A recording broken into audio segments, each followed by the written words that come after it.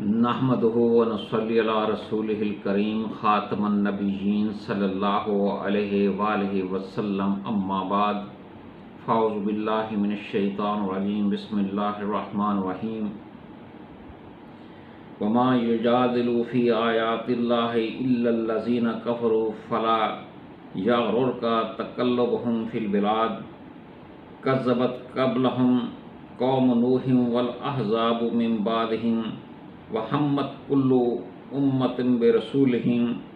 لیاخذوا وجادلوا بالباطل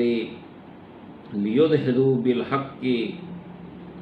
فاخذتہم فکیف کان عقاب صدق اللہ العظیم۔ سامعین محترم، میں نے سورہ المومن کی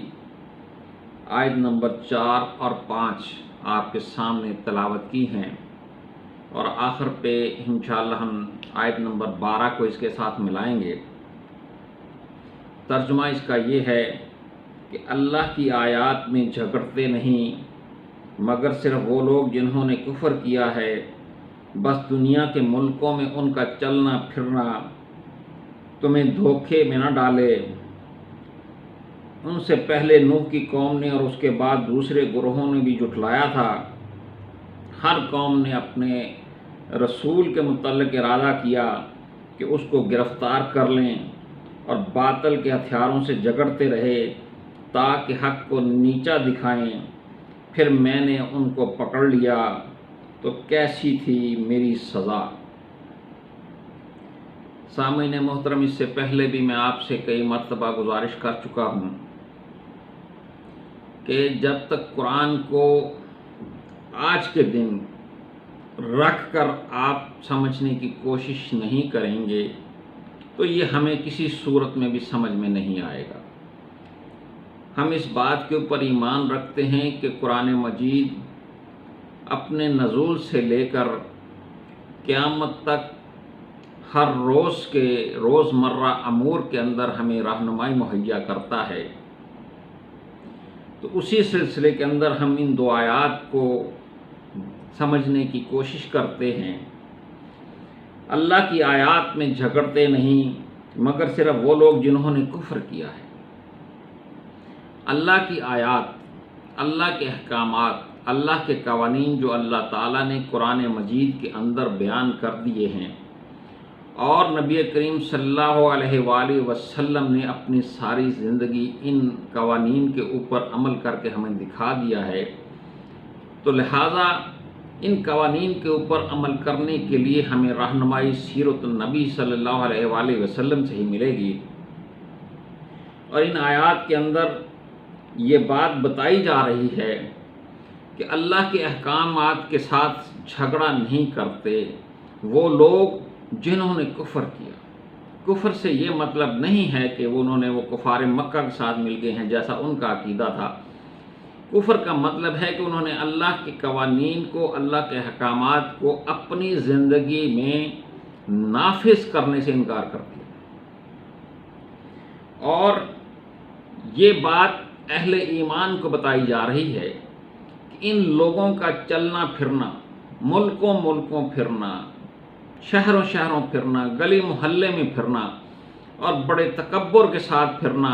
یہ چیز تم کو دھوکے میں نہ ڈال دے کہ یہ لوگ بہت معزز لوگ ہیں، یہ اللہ کے باغی لوگ ہیں، اللہ کے دین کے سرکش لوگ ہیں۔ یہ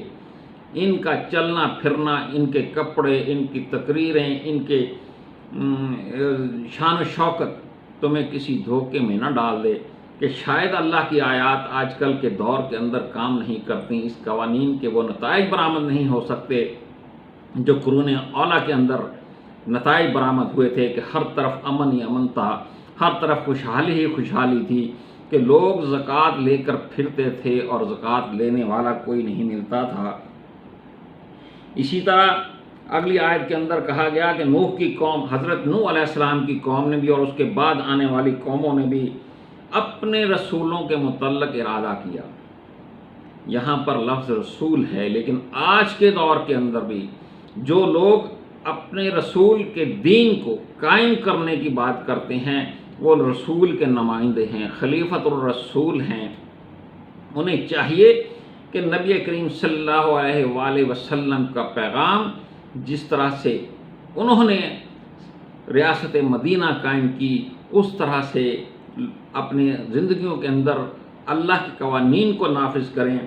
نظام مصطفیٰ کو قائم کریں۔ لیکن جو لوگ نظام مصطفیٰ کو قائم کرنے کے لیے، دین پورے کے پورے کو قائم کرنے کے لیے اس کے اجزاء بنا کر نہیں، بلکہ دین کو پورے کا پورا قائم کرنے کے لیے نکلتے ہیں، معاشرے میں جاتے ہیں، کوشش کرتے ہیں، جد و جہد کرتے ہیں، تو معاشرہ آج بھی کوشش کرتا ہے کہ ایسے لوگوں کو گرفتار کر لیا جائے اور الٹی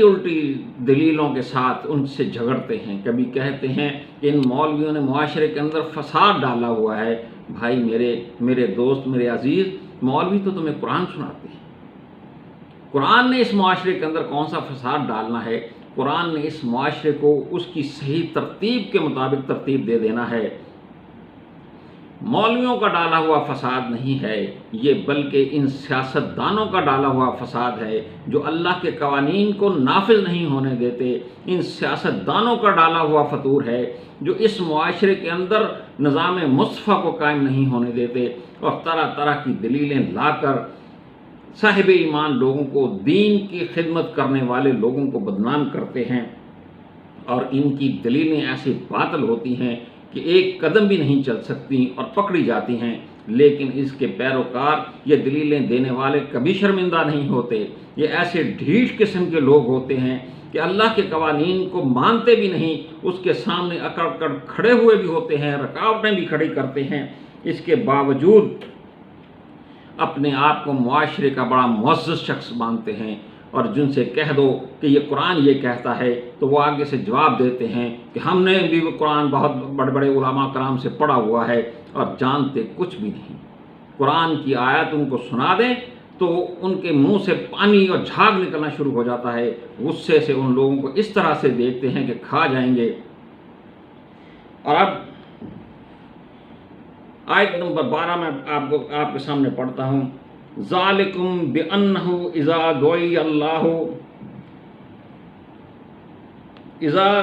اللہ وحدہ کفرتم وإن یشرک بہ تؤمنوا فالحکم للہ العلی الکبیر۔ یہ تمہاری حالت اس لیے ہے کہ جب اکیلے اللہ کی طرف بلایا جاتا ہے تو تم کفر کرتے تھے، اور جب اس کے ساتھ دوسروں کو شریک کیا جاتا تھا تو تم مان لیتے تھے۔ تو آج فیصلہ اللہ بزرگ و برتر کے لیے ہے۔ ایسے لوگ